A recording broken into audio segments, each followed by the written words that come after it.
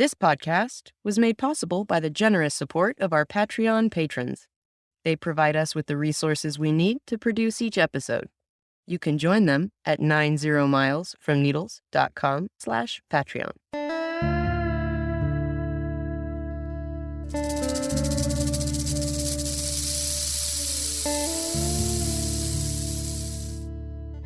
The sun is a giant blowtorch aimed at your face. There ain't no shade nowhere. Let's hope you brought enough water. It's time for 90 Miles from Needles, the Desert Protection Podcast with your hosts Chris Clark and Alicia Pike. Hey, welcome to 90 Miles from Needles. This is Chris Clark. And I'm Alicia Pike. And we are coming to you once again from beautiful Sand Draw in Riverside and San Bernardino counties in California, home to a thriving population of desert dry wash woodland trees and shrubs. We are sitting in the shade of a beautiful ironwood tree, Olnea tesota. Ironwoods are evergreen deciduous trees. The leaves fall off once a year, but new ones grow just before the old ones fall off. The seeds are edible, and it puts off a lot of seeds. They're really easy to sprout. I have 2 ironwood trees growing in my yard that are 1.5 feet tall that I sprouted from seed I collected in 2020. Oh, now I'm going to start looking at the seed pods here. And what most people know about it is the wood, the heartwood of an ironwood. It's almost more geology rather than... Because it's so hard? Yep. It's more like a rock? Yep. I'm going to try and find a couple of viable seeds to take home. It's okay to gather seeds here? Yeah. Yep. Not sure I'm going to find any. Yeah, the wood is what a lot of people know ironwood from, even if they've never seen the tree, because the heartwood is just really hard and dense. And I've tried to saw through pieces of it, the ironwood driftwood that you find in the desert. And even if you have power tools, it'll dull your saw blade. Wow. Trying to saw through it. What, if you say people would know of it because of how hard the wood is, what applications would you see ironwood used in? In souvenir stores, mostly. What do you mean? Little carvings of desert critters or similar things. Sometimes sea life. It was the Seri Indians in Sonora who developed this home art industry back in the 50s. There was this one guy who'd find dead ironwood and carve it and started selling the carvings, and so other people in his family and his community started doing the same thing with individual styles, and then local non-Seri people realized there was money to be made, so they started going around and cutting cutting the trees, and sometimes the live trees. The Seri had only used dead wood. Yeah. And using machine tools to carve things. And so if you find an ironwood sculpture, you can tell whether it's a Seri carving or a non-Seri carving, because the non-Seri carvings tend to have like more angular lines and hatching put in by the tools, and the Seri carvings tend to be more fluid, smoother lines. And anyway, most people would know the ironwood from wood carvings, generally in souvenir stores in the southwestern part of the U.S. and northern Mexico. But there's a whole lot more to the ironwood than its wood. Do tell. It puts out this abundant crop of seeds, like pounds and pounds of seed in a good year from a medium-sized tree. They have these little pods. They're in the bean family, so they look like bean pods. We're sitting out here and there was just a rain, and if you dig down just not even 1 finger knuckle deep, that's enough water to probably soak into a seed through a seed coat. Yeah, but then when's the next rain gonna come? Well, it's this tiny, precious little seedling that... I mean, this is what I deal with when I'm at home trying to propagate native trees and shrubs. I try not to give them too much because I feel like that would kill them, because they're used to not having a deluge of resources. But it's amazing how out here just the right combination of circumstances perpetually creates oasis like this. I don't know, this isn't a proper oasis, but... Desert dry wash woodland, so it's a linear oasis, but... That's what I was thinking. I was out in a place pretty much like this, though it's about 30 miles south of here, in the Chuckwalla Valley, in the north end of a new national monument we're hoping to get established. And it was here we have a bunch of Palo Verde and a bunch of creosote and ephedra and some acacia, and ironwood is like a minor constituent of this wash. There, the wash is probably 50% or more ironwood. So it was really interesting. But I was there, it's been a couple of dry years, and then this year is wetter than the last couple of winters. I saw a bunch of baby ironwoods coming up the day before yesterday, and it's clear that they have just come up in the last couple of weeks, because you have the seed leaves still on them. Yeah. Sometimes the seed coats are still on the seed leaves, Right. and then you have the first true leaves coming out, and there's sort of that compound pinnate bean family leaf. Yeah. And it's just, they're in the middle of a sandy expanse in the middle of the Colorado desert in California. Most of them will die. Most of them will die. I watched something similar happen at a residential property where we had a really good wet year. I think it was year before last. It feels like it was at least 2 years ago.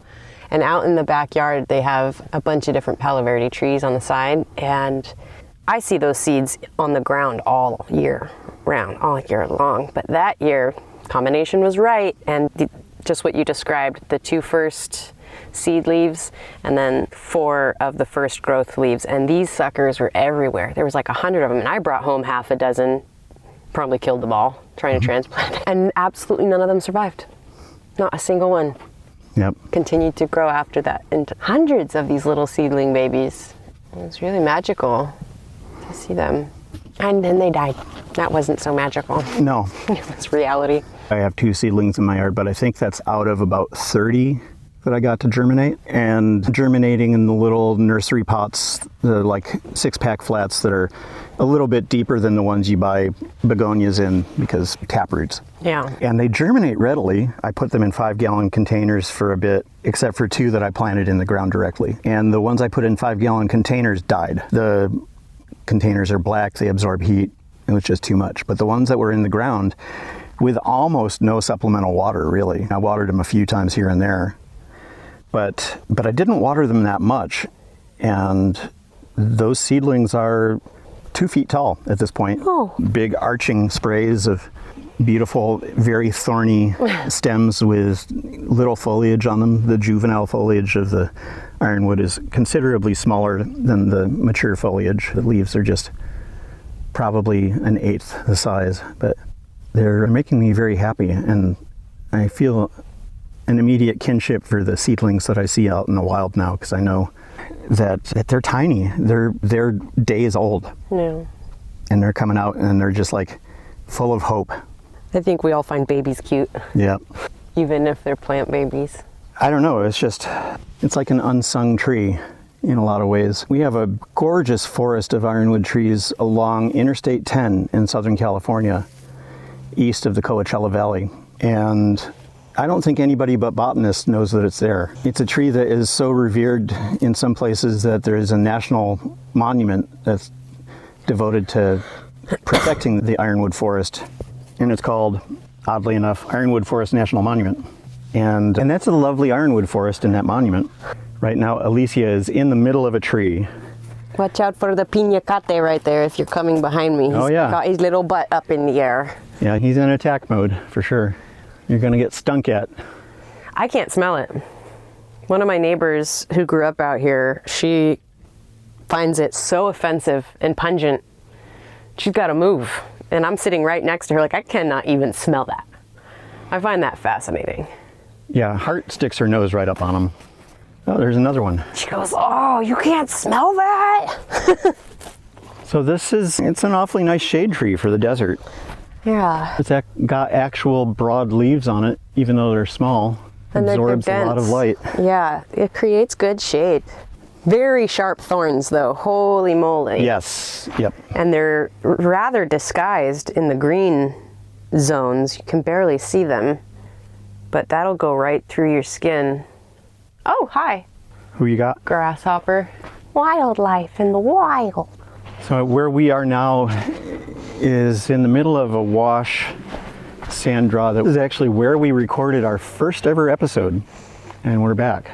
The wash is about half a mile wide at this point. It gets wider upstream, so to speak. And there's just an abundance of all different kinds of plants. Have you ever seen a creosote this tall? Yes. but that's because I pay attention to creosote an awful lot. Their supposed max height is around 12 feet. This is there. But I've seen them taller than 12 feet. Nothing like 20 feet or anything, but this looks like a nice clonal grouping, so this has got some age to it. Yep. What I find most interesting about this creosote is that it looks like it's been denuded at the base by critters, not anytime recently, and instead of growing as more of a bush, it looks like a group of sticks stuck like straight into the soil. There's a couple of classic wonky creosote branches here, but it's interesting how this one's growing. Pack rat midden. Yep.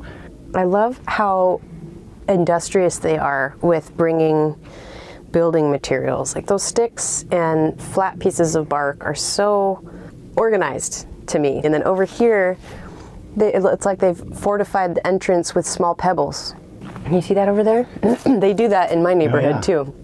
They'll block entry points with a bunch of little stones. And it's so funny because it looks so intentional and architectural, but it's a rat house. They're really good at what they do, working with what they got. This is the Arica Mountains, A-R-I-C-A, over there. It's a very cute little mountain range. Baby mountains. What is this? Oh, it looks like a stump. That's got a really thick trunk there. Yes, we're appreciating Palo Verdes in the middle of the Ironwood episode, but that's okay. And look at this ephedra growing right next to it. That's like a Japanese garden pruning job. It really does look like it has specific eruptions at the end of each branch. Now, is that an ironwood that has the base, the central trunk over there? That is an ironwood, and it's... Okay, if we're gonna go that far. It's a classic glamour one. Here, okay. That was a cool breeze. It was warm there. Yeah, it's lovely. And I walked right into a cool breeze. A classic, beautiful, tree-shaped tree, ironwood tree. Yeah, the canopy is not touching the ground on this one like a lot of the others. Rabbits do like to eat the leaves and the twigs, so not too surprising. And lots of little seed pods. Now these thorns are a little more obvious than the other tree. These thorns have all turned black, which is very helpful. Yep. If you are introduced to an ironwood at a social gathering of some sort, do not assume that it's a good idea to shake hands with the ironwood, because we have thorns that are on this tree. They look to be about 5 millimeters long, maybe a fifth of an inch or so, and they are very thorny. Yeah, very sharp. Like that one just punctured my skin and I barely touched it.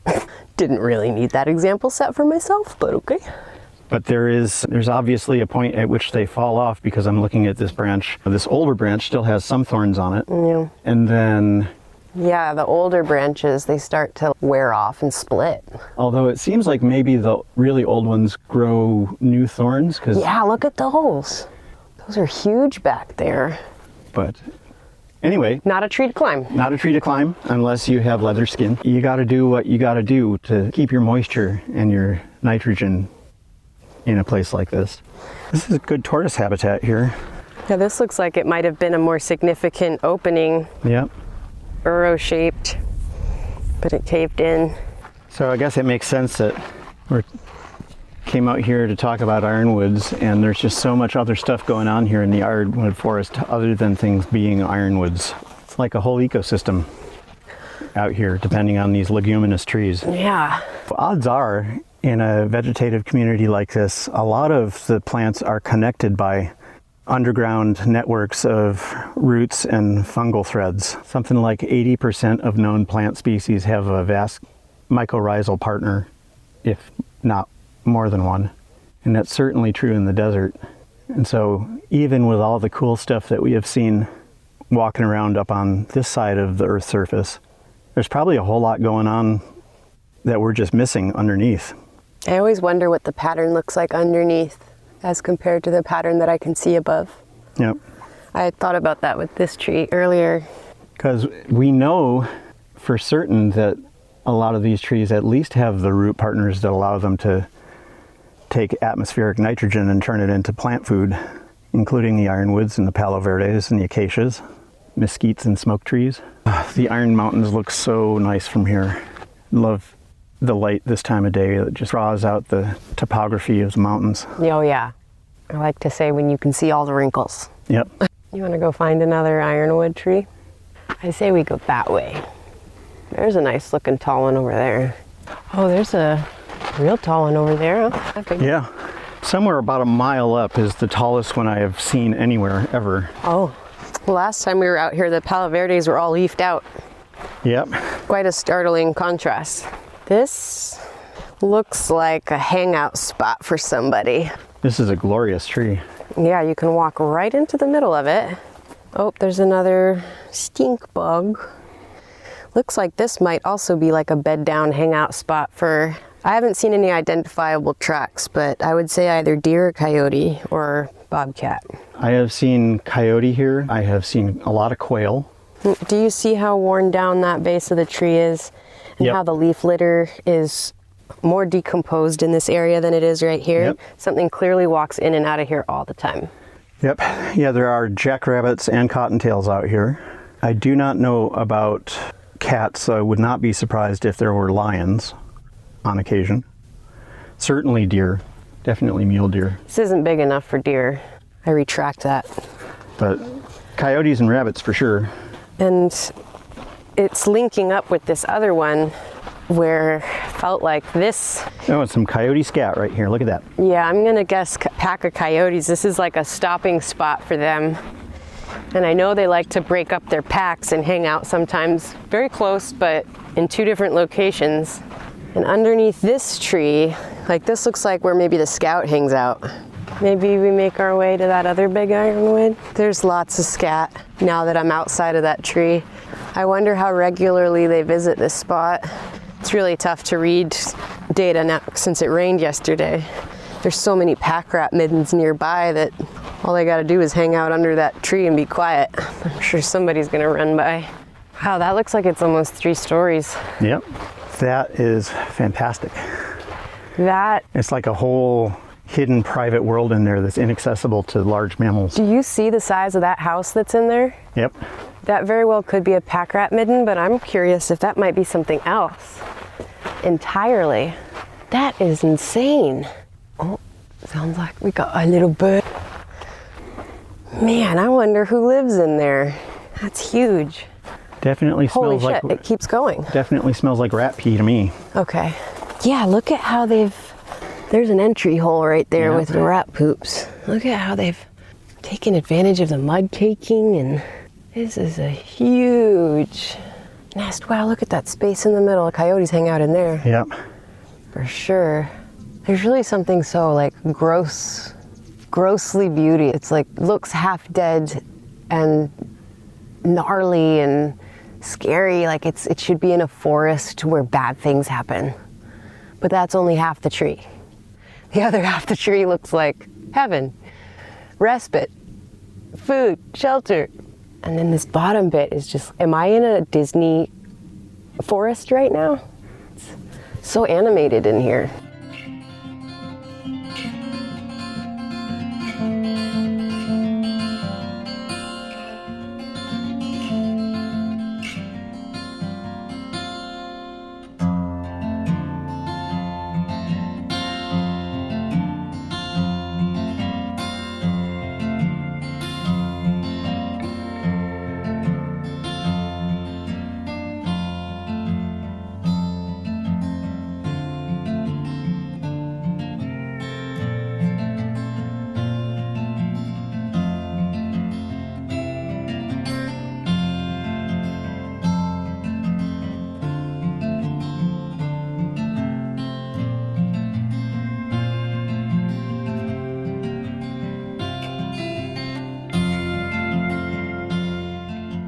Talking about Ironwoods, Olnea tessota, one of the most beautiful trees in the Southwest deserts, we thought, who better to talk to than Petey Mesquite, who has been extolling the virtues of desert native trees, shrubs, forbs, wildflowers, plants, animals for decades on his show Growing Native in KXEI in Tucson. And Petey, thank you for going through all the technical hassles that we both endured just now to join us here at 90 Miles from Needles. Yeah, thanks for having me. How sweet. When you shot me a note and said, let's talk about Ironwoods, I thought, oh man, that tree just brings up a lot of memories. And when I lived outside Tucson in the desert for many years, and in Ironwood and Saguaro, blue Palo Verde mesquite forests. Yeah, let's talk about ironwoods. I love the tree. It's unique to the Sonoran Desert. How lucky is that? It's just an amazing tree. Absolutely wonderful. I'm not from Southern Arizona. I came out to Arizona to go to college way back when. But when I first discovered ironwood trees, and there was a funny area northwest of Tucson out in the desert where it was developing slow, but where they grew a lot of citrus. Ironwoods were an indication of where you could grow citrus because of their cold tolerance or lack thereof of cold tolerance. So if there was an ironwood forest, this was going to be this great spot to grow citrus. It's over by you, right? It goes into Southern California, but it's just in the Sonoran Desert, this magnificent tree. And I don't know, when I discovered them, I moved out to the desert, and here I am in an ironwood forest. And here's a giant, very spiny tree that flowers. It's in the pea family, Fabaceae, and it flowers these glorious lavender flowers. And you're just in awe. It's magical. It's just this great magical tree.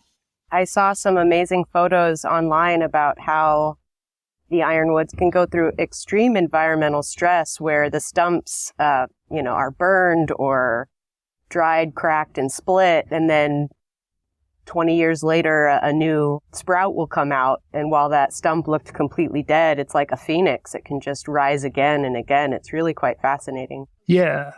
A resilient tree. Chris and I were talking earlier how magical it is underneath these trees. The canopy is amazing. It's very dense. If it's gotten some extra rain, you're talking about a lot of shade. And when they're old, and you can prune them up, say it's in your yard or so, in your habitat, your own habitat. It's just an amazing shade tree. And I bet a lot of people sat underneath over the hundreds of years, sat underneath ironwood trees. I bet. As children, we had no problem. An ironwood tree has that magic that draws you. So you're peering into this little, you just want to get under there and see what's going on. And you'd be hanging out. Sounds good to me. That's a great example of youth is not wasted on the young. To have the youthfulness to just be with the tree. It's true. Those are precious, priceless moments that I wish more adults would partake in. You need a child sometime to remind you what life's about, right?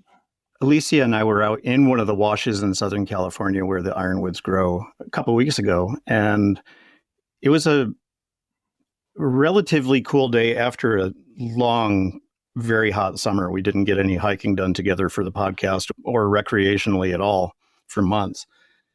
But in this ironwood forest, it was a mixed forest. It had a Senegalia and Palo Verde and some mesquites and things like that. But underneath the ironwood trees, there were these islands of habitability. They're just absolutely wonderful. They're just obvious coyote bedding places and places where jackrabbits and possibly badgers and desert kit foxes had dug holes beneath the trees. And it was like an archipelago on a relatively unfriendly sea of these friendly little shady spots. Yeah, you nailed it. It's to peer under an ironwood. You talk about the magic, and they're nurse trees. So a lot of times if you're in a forest, if you're in the land of saguaros, and you should be if you're in the land of ironwoods, you'll find baby saguaros, you'll find all sorts of hedgehogs or little fish hooks. But yeah, you just want to crawl in there. And, if we were kids, we'd be under that tree and hanging out. And that's where we lose that magic of our childhood. Well, yeah, you peer into it.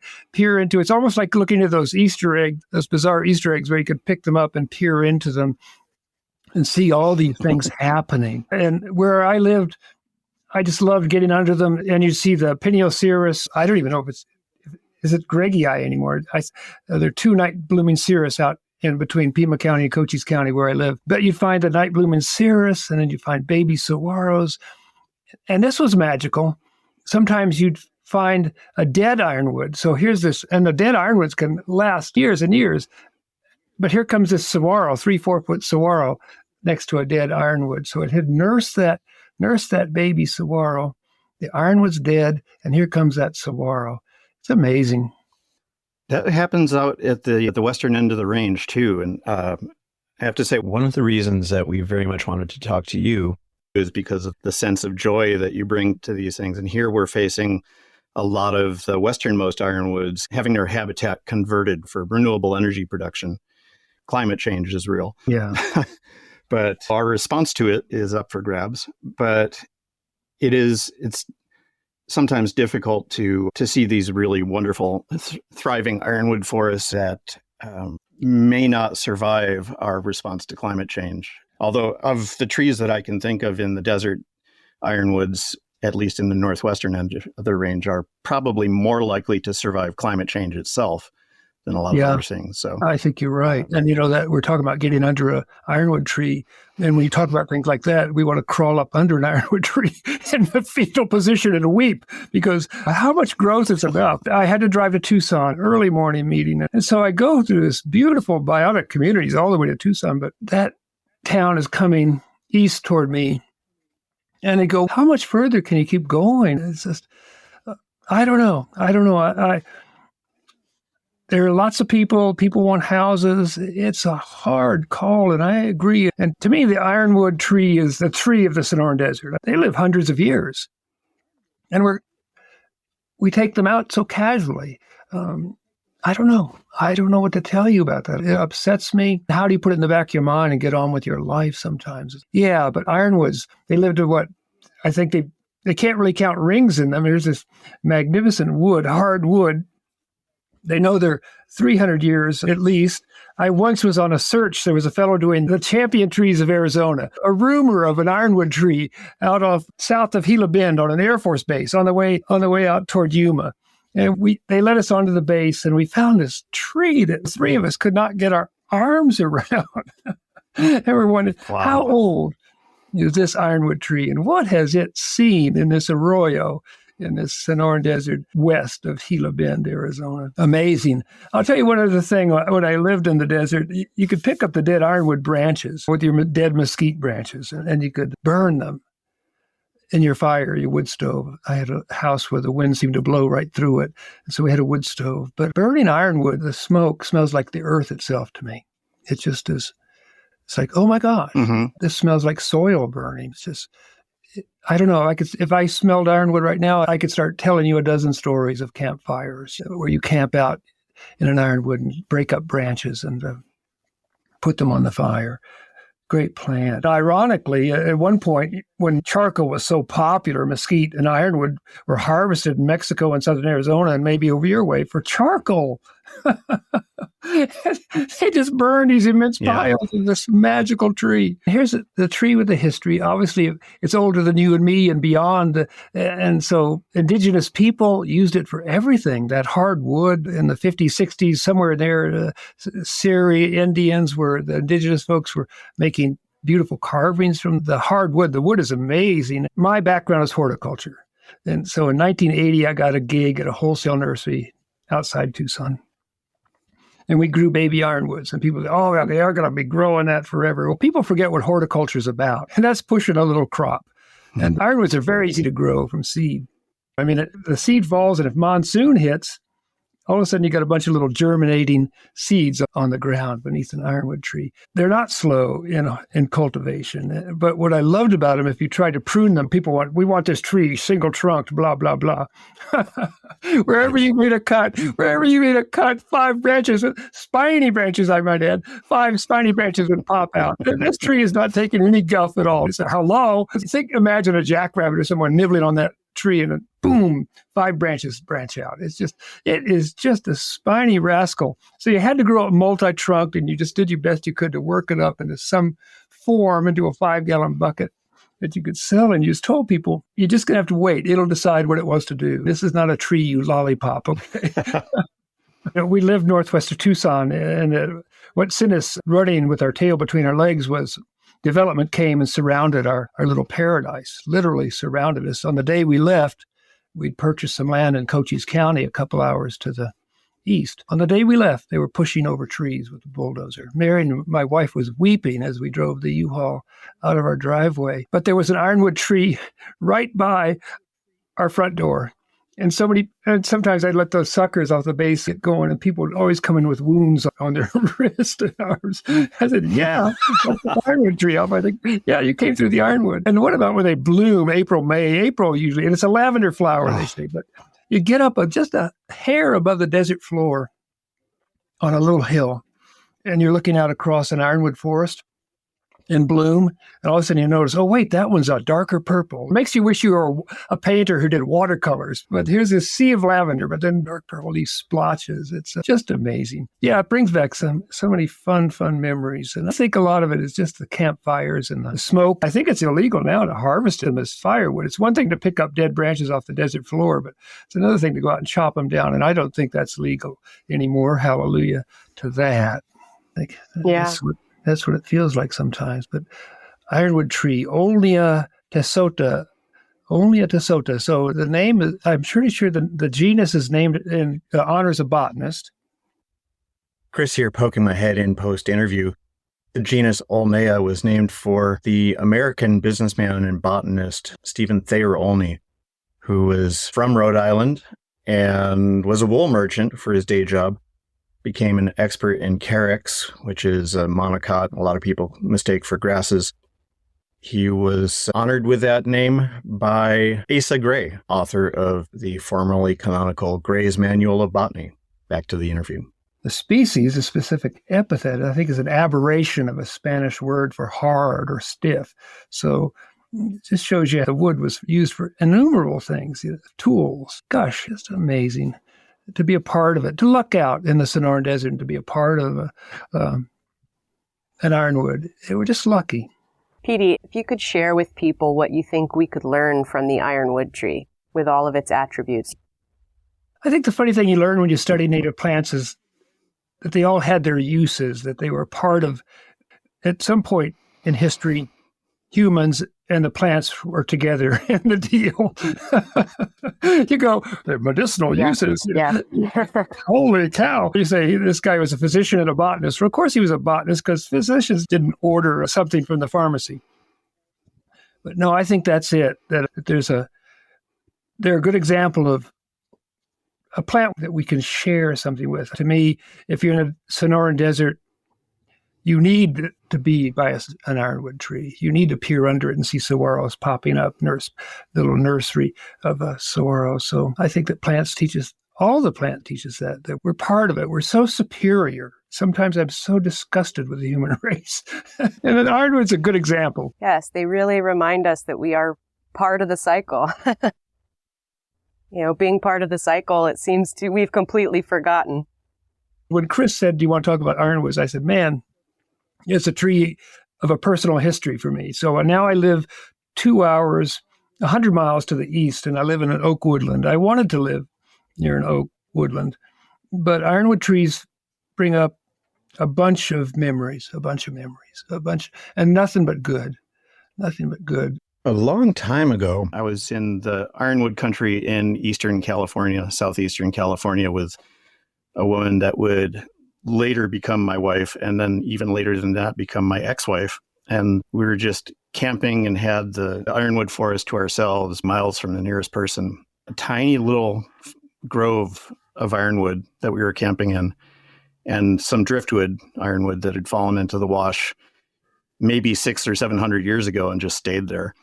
And had a very small campfire, maybe the size of a soccer ball. Yeah. And I had to sit 7-8 feet away from it just because it burned so hot. Yeah. Ironwood coals, unbelievable. And they bring back memories like that, what you just gave us. I'm going to start to cry. That's good stuff. With all the change that you've seen happen in the world in your life, what keeps you going on a day-to-day basis?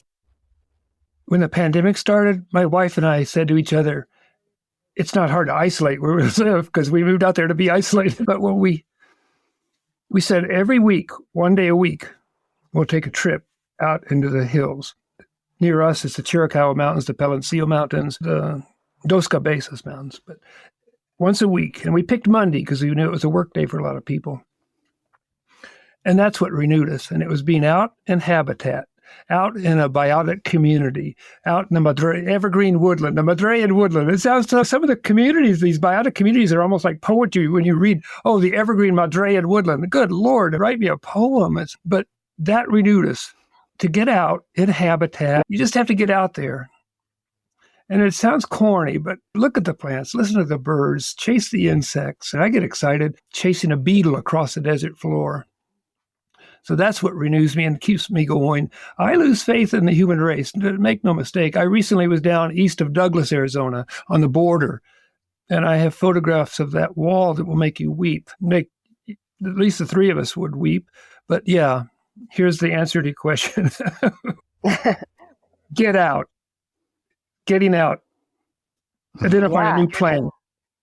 Getting excited about an old plant. Oh my God, I didn't know it set fruit this time of year. Oh my God, it's growing with that plant. Oh my God. And almost a childhood. I laughed one time, my wife Marion and I were looking at blooming. We timed it to this one canyon we call Rainbow Canyon, Rainbow Land, because of the Echinoceros there, the Arizona rainbows. And we were laughing as if we probably sound like we're making love, or we're walking up this slope and looking at blooming plants. Oh my God! Oh, I love this! Oh my gosh! And that's what it's about. That's what it's about. Get out. Get out. Embrace plants. Embrace habitat. Embrace your biotic community. Yeah. I'm really glad to hear you say that, because that's a big message that I want to share with the listeners to our podcast, is that nature is the medicine, and I think you're a great example, because your enthusiasm comes through in your voice. Your genuine excitement at a beetle scuttling across the road is something that we should take pause and enjoy those moments. And I really appreciate you encouraging us to do so, not only here on our podcast, but on yours as well. Yeah, thank you so much. Yeah, great. It's true. Get out. Enthusiastic, right? Chase beetles. Thanks for having me. Very appreciative of your joining us and of you. Anyone that can spread joy about the natural world right now is someone to be thanked and cherished, and we do. So thank you so much. I'm lucky to be on. Thanks a lot.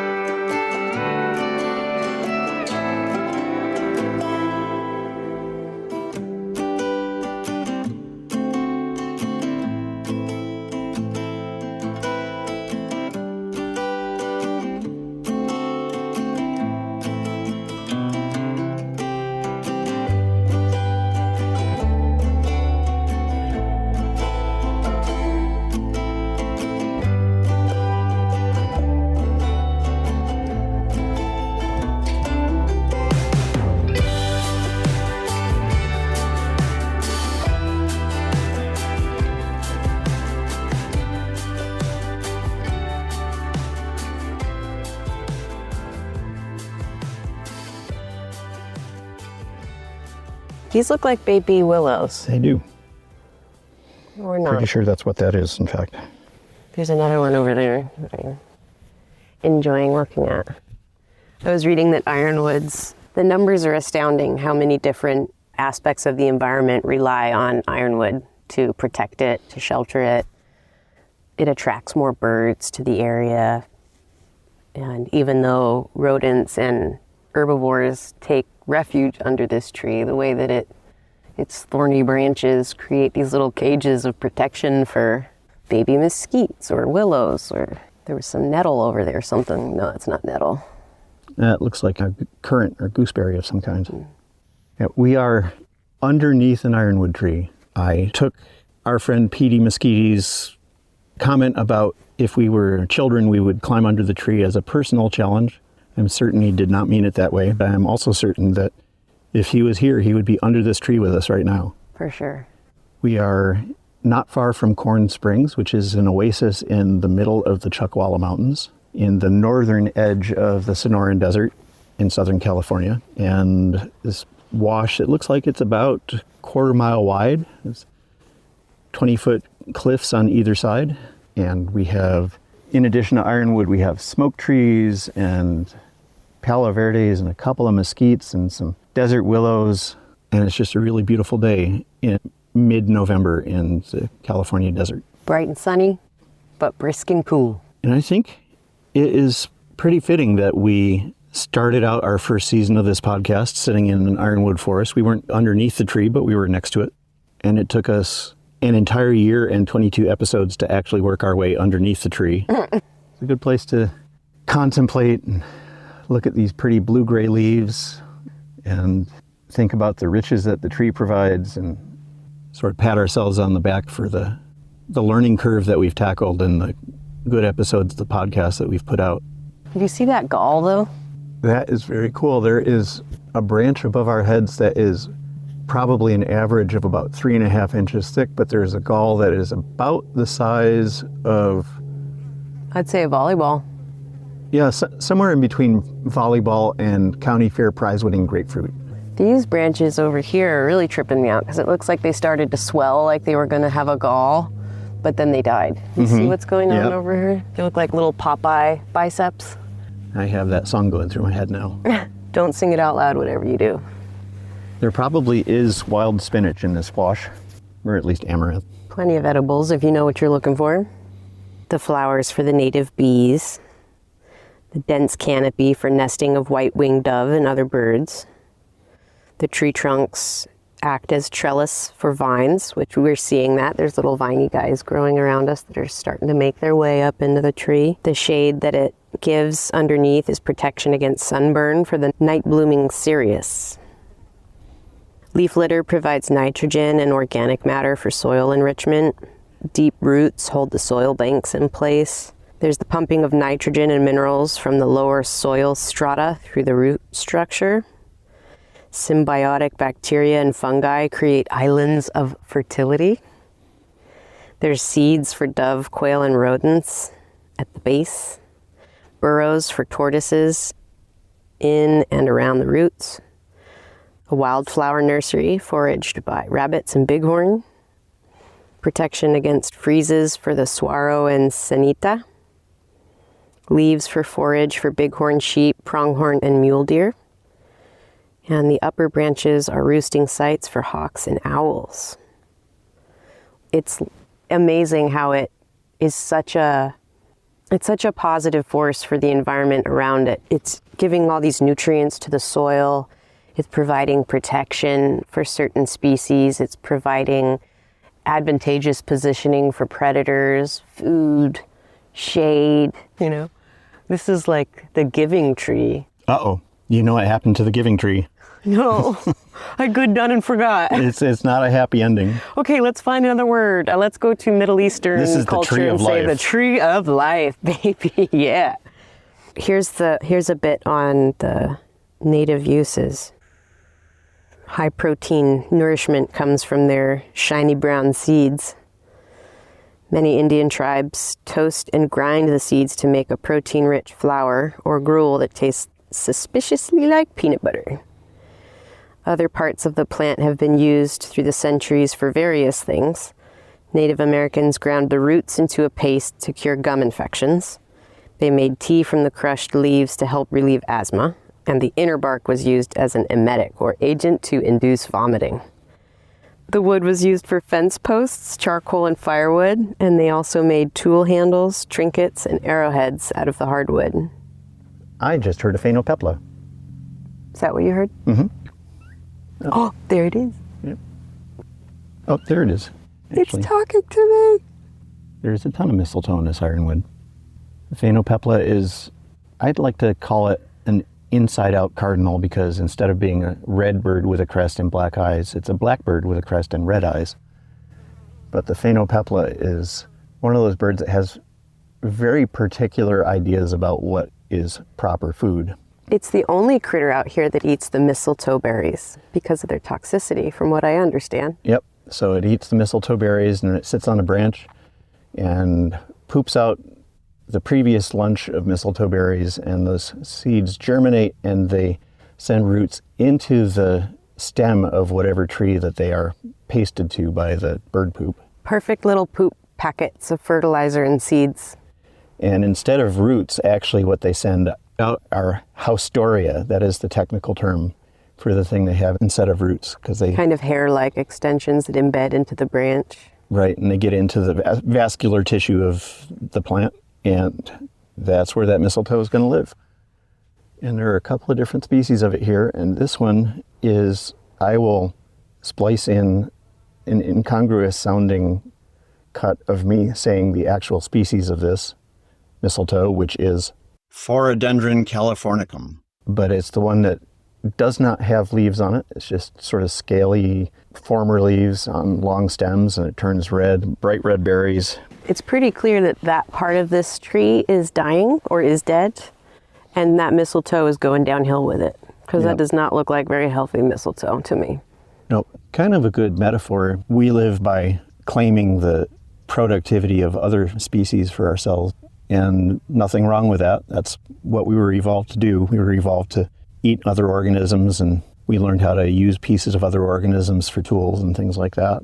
But if the stuff that we live off of starts to decline, then we are in trouble. As feverishly as we've been trying, this is all we've got, and why we're rushing to destroy it. That sandstone bank on the other side is, we're gonna have to walk over there before we leave, because I bet there's a lot of good stuff to look at on that wall. Yep.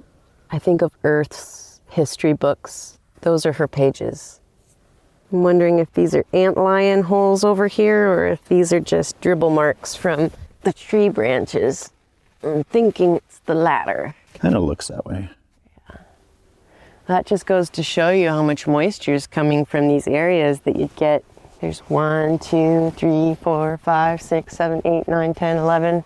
Just right here within 12, this water just literally pouring off this tree. I was reading that there's a 4-degree temperature difference inside the protective nest of the canopy. So when it's freezing, plants that would usually freeze in cacti, that 4 degrees is all the difference in the world.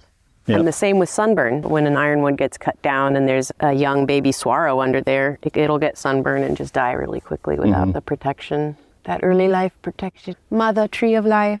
So we've kind of come full circle with this season of the podcast, and seems like it might be a good idea to talk a little bit about not only what we've accomplished with this part of the podcast and maybe what we like about that, but also think a little bit about what we'd like to do coming up. I would say that I am personally very grateful to all of the people that have done shout outs to us, and certainly for everybody that has supported us materially, and we'll talk about that some more. But the word of mouth thing has been really wonderful. It's been very gratifying that people have seen some value in what we're doing and decided to share it around. You know what I say about word of mouth, right? It's free and priceless. Yep. So y'all use your little talk boxes, because that's the most valuable way to spread the love for nature and our podcast. And especially in that regard, Other Desert Radio, which is otherdesertradio.com. That's wonderful. I'm just so delighted that they have chosen to re-air some of our episodes on their online radio station. And just the more people we get doing stuff like that, I think the better job we're going to be doing of just getting out to people. But even people that have just been sharing our episodes, and our listenership just keeps getting larger and larger. It's slow.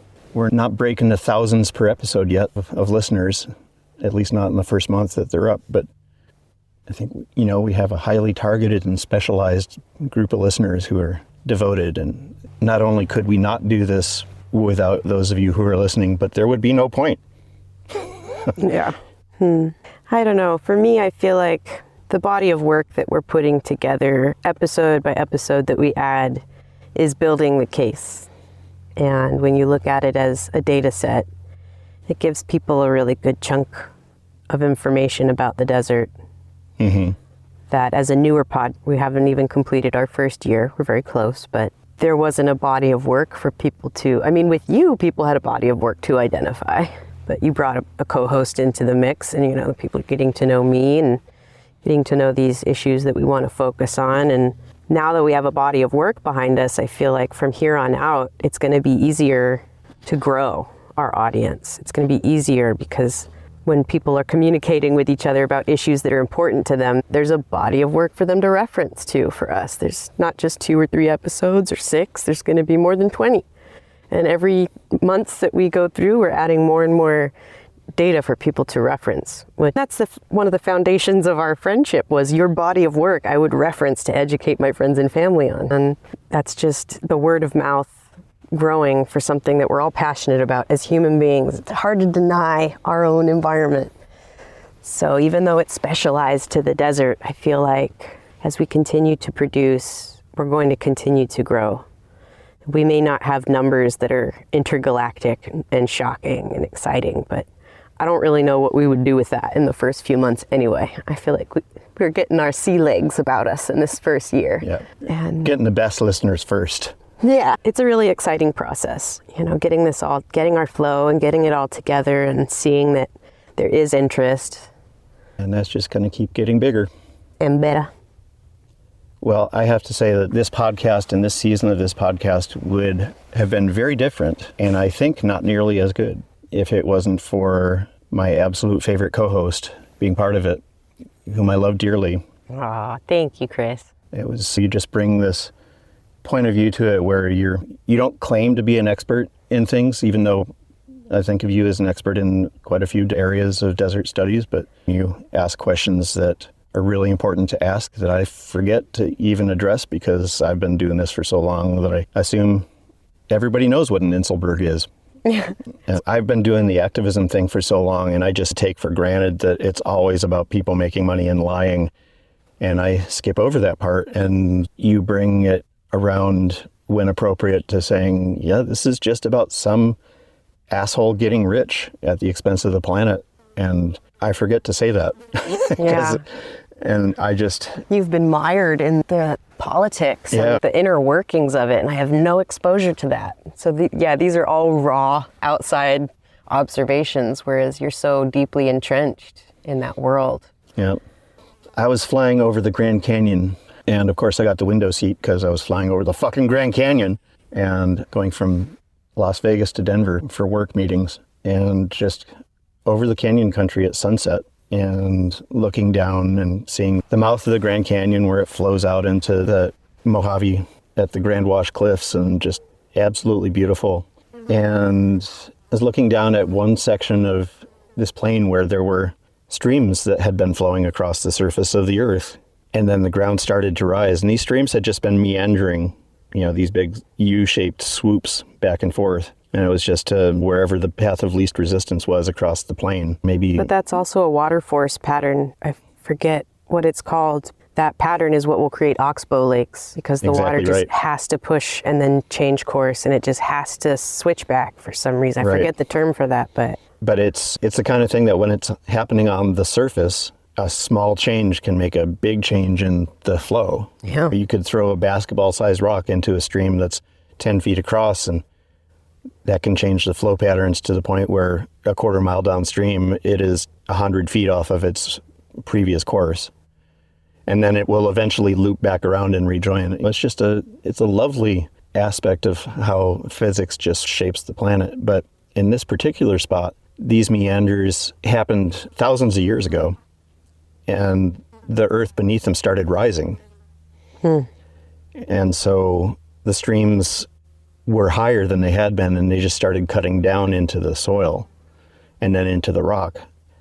And now they're slot canyons that follow the path of these old meanders, and the geologists call them entrenched meanders. And it's just a fossilization of a pattern that existed because of fluid dynamics, just because of the way water flows across the surface that is almost level. But then something changed and just literally set these patterns in stone. And they carved themselves into the rock, and now you look down and it's just this series of really familiar looking goosenecks, but they have canyons that are 50 or 100 or 250 feet deep. And it's just, I was thinking about that as such a useful metaphor for a lot of things we do in life, because we start doing something for a particular reason. The cafe we wanted to go to is closed, and there's another one that's half a block away that we haven't tried before, so we try that. And then 8 years later, we go to that second cafe as a habit, and we don't even think about it. You want to get a cup of coffee, so we go there, and we pass the one that we had been going to previously. And it's just, I don't think that there's anything particularly bad about that.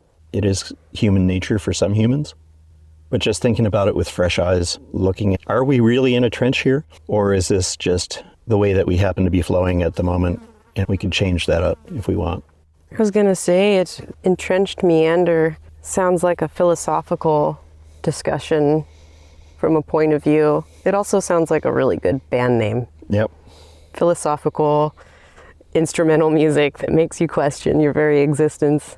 Being alive feels like an entrenched meander. So if we lift ourselves outside of the entrenched meander that we may or may not have set with this season of the podcast, what would you like to see us do next year, in the next season, or seasons to come? The same thing we do every season, Pinky. Continue to ignite passion in our listeners for conservation of the desert. Ooh, a cultural reference. Yeah, for me, that's my goal, is to just show up with my honest, bare self and talk about how important nature is to me and how important nature is to you and everybody, everything that is alive on this planet, how we are all connected. That is the banner I'll carry till the day I die, is we need to pay attention, be vigilant, and steward our world. And I will just continue to find new and creative ways to do that. Yeah. And I like the idea of elevating the voices of people that are also doing that. Yes. You know, we've talked to a lot of really wonderful people for this season that are doing great work. We've just scratched the surface of people that are doing amazing work in the desert. It just blew by. We have such a long running list of people that we keep adding that we want to talk to, and we want to do it now, but it's just a never ending, exciting list of other advocates that we honor and cherish and want to put on the stage to talk about their perspective. And we've got a lifetime of work ahead of us, really. And the work of a lifetime. Yep. Bet you didn't know that she goes both ways. What goals do you have for next season? I want to get more voices involved. I want us to have some teammates, maybe people that are in the business of writing commentaries for newspapers on their own campaigns. I'd love to get them to think about recording versions of that and sending them to us. I'd like to see if we can harness some of the talent that's around in the desert. The desert has more than its share of musicians and visual artists and poets, and I just feel like we could be amplifying their work and they could be amplifying us, sometimes with literal amplifiers. I would really like to see a couple of live events. I was just thinking of the live event aspect that you brought up. It would be so fun to have a sort of desert showcase where we had all sorts of different characters come up to share their part of the desert. Mm-hmm. Like a variety show, but for nature. Yep. Instead of glamour. So if you're listening to this and you have an idea of a place in the desert that would be suitable for hosting a 90 Miles from Needles live show and event, let us know, and we could actually set up a tour if it came to that. It's not that hard to get from here to Tucson or to Moab. It just was in Moab. It was easy. Big Bend. Now, Big Bend, we'd probably need to find a financial sponsor just because that's a distance, and that would be some gasoline and some time off work. But and some pet sitters. Yeah.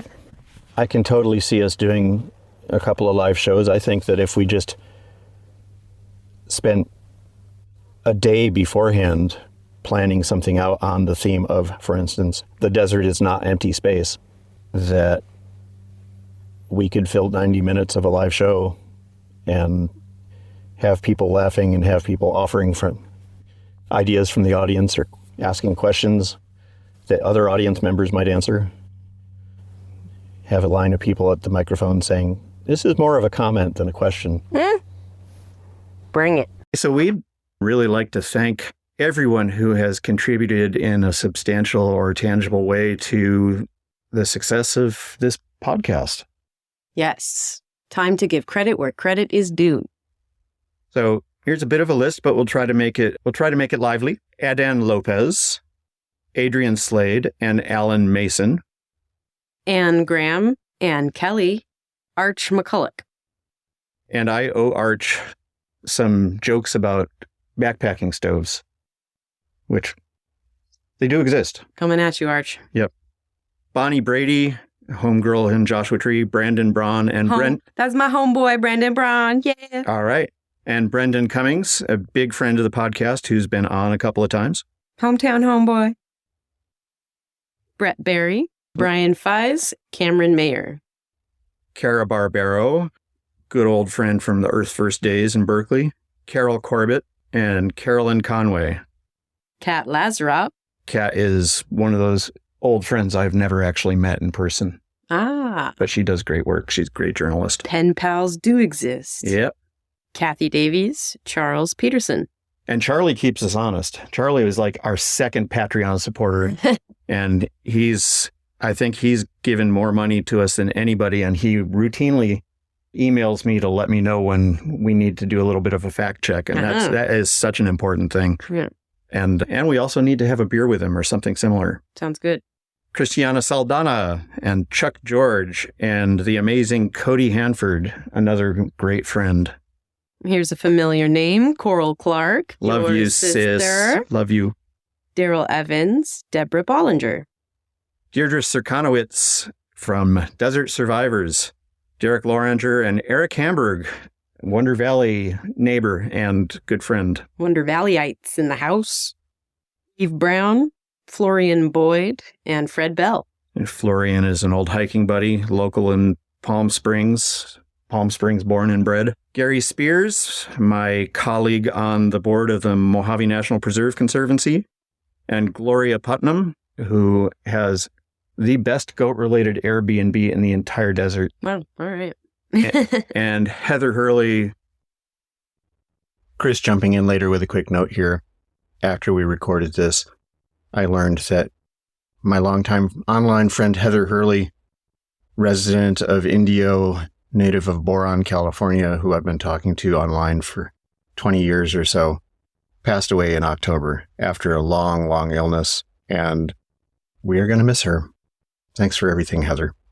Heather Summerfield, Jasmeet Singh, and Jeff Hunter.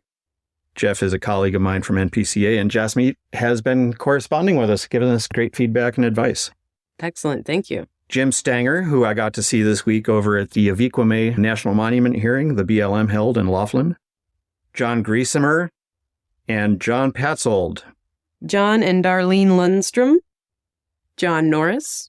Judith Lynn Laffoon. And I got to meet John and Darlene in Moab this year. They're great folks. Judy Fennerty, another wonderful local, and Juniper Harrower, Joshua Tree expert and artist, and Justin Tappan. Hope you're doing well, Justin. Uvenio Guerra, Karen Tracy, and Carl Young. Thank you, thank you, thank you. All great friends.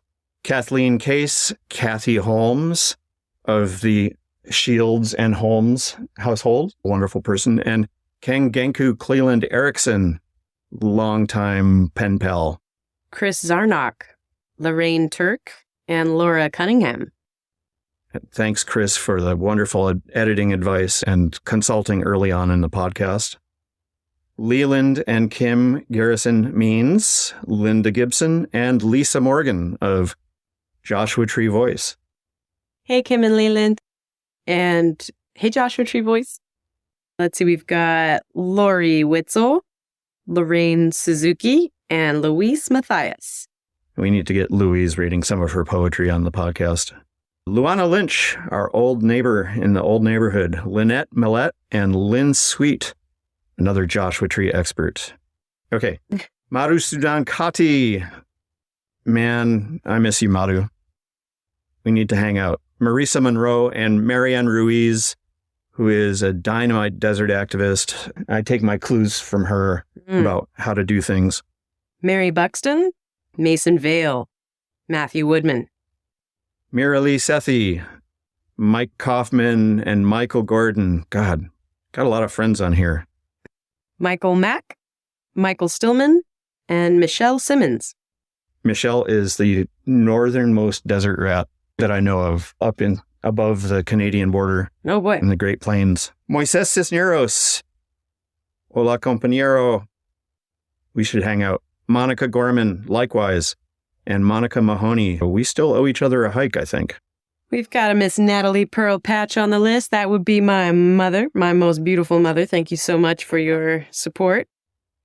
No surprise there. Always supporting her daughter. Pam McCann. Harker James Lloyd.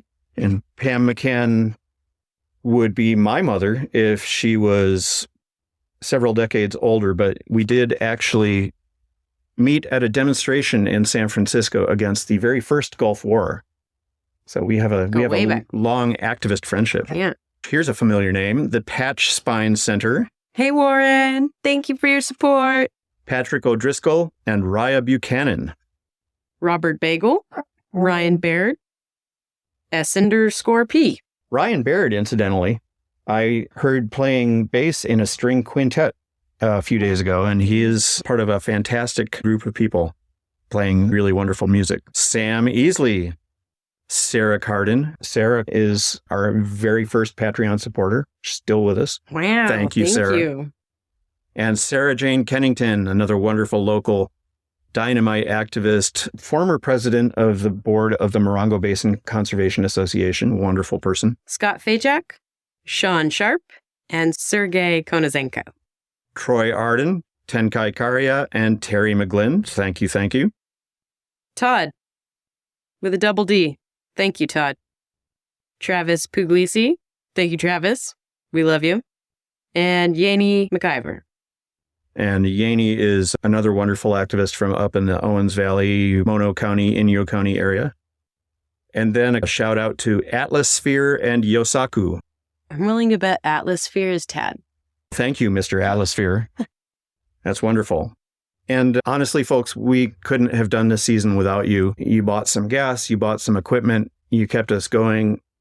Most importantly, perhaps you made us realize that there were people out in the world that thought this was worth doing and were willing to back it up with some cash. And so just thank you, thank you.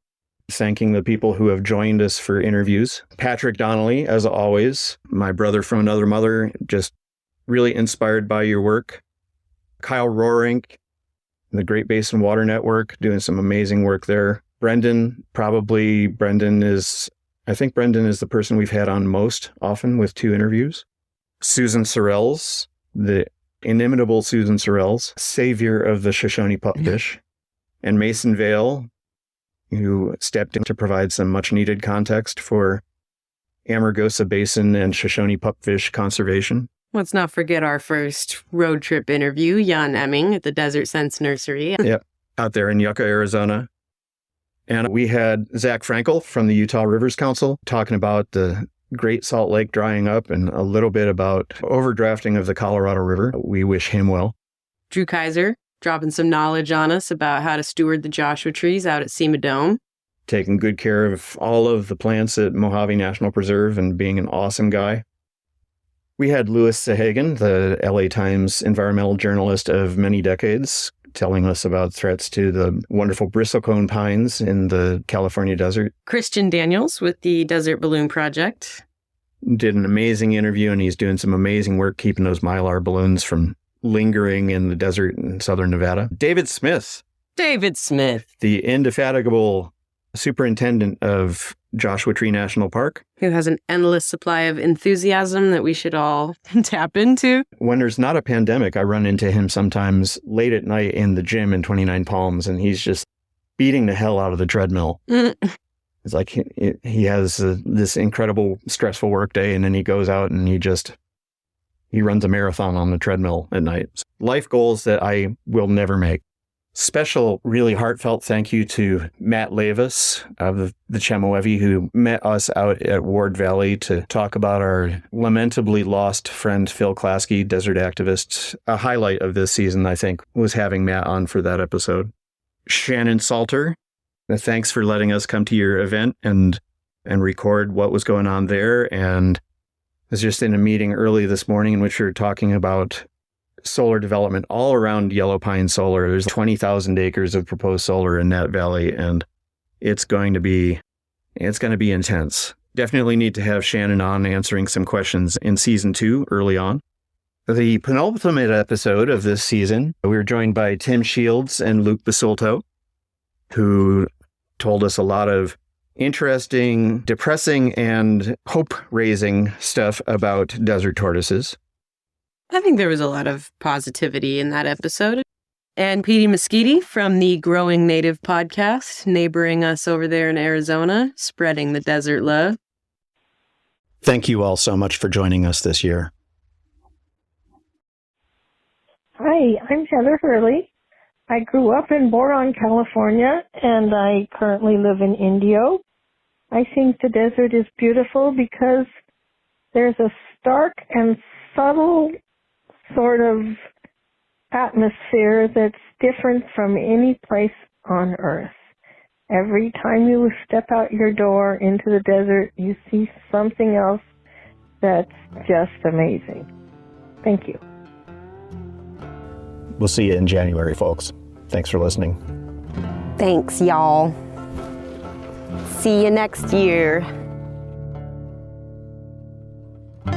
This episode of 90 Miles from Needles was produced by Alicia Pike and Chris Clark. Editing by Chris. Podcast artwork by the remarkable Martine Mancha. Theme music is by Brightside Studio. Other music by Slipstream. Find our social media accounts at 90milesfromneedles.com/social. Subscribe to our email newsletter at 90milesfromneedles.com/newsletter. Listen to us at 90milesfromneedles.com or wherever you get your podcasts. You can also hear us at otherdesertradio.com. Help us by leaving a review on your favorite podcast app.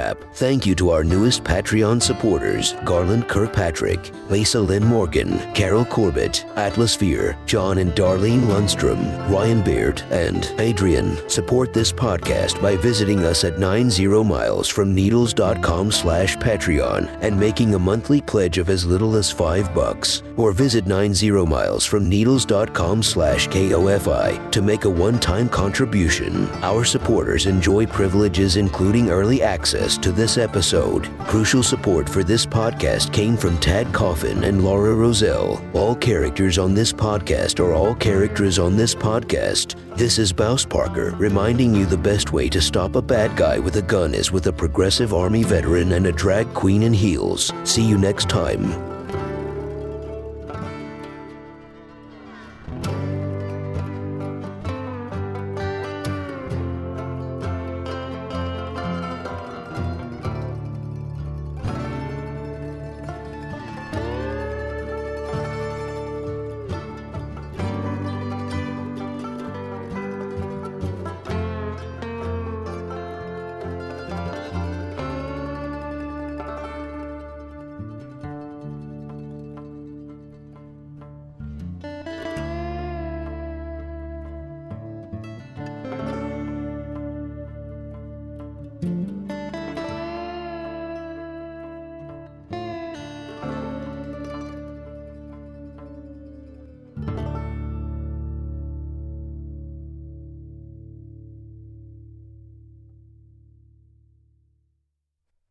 Sit, Hart, sit.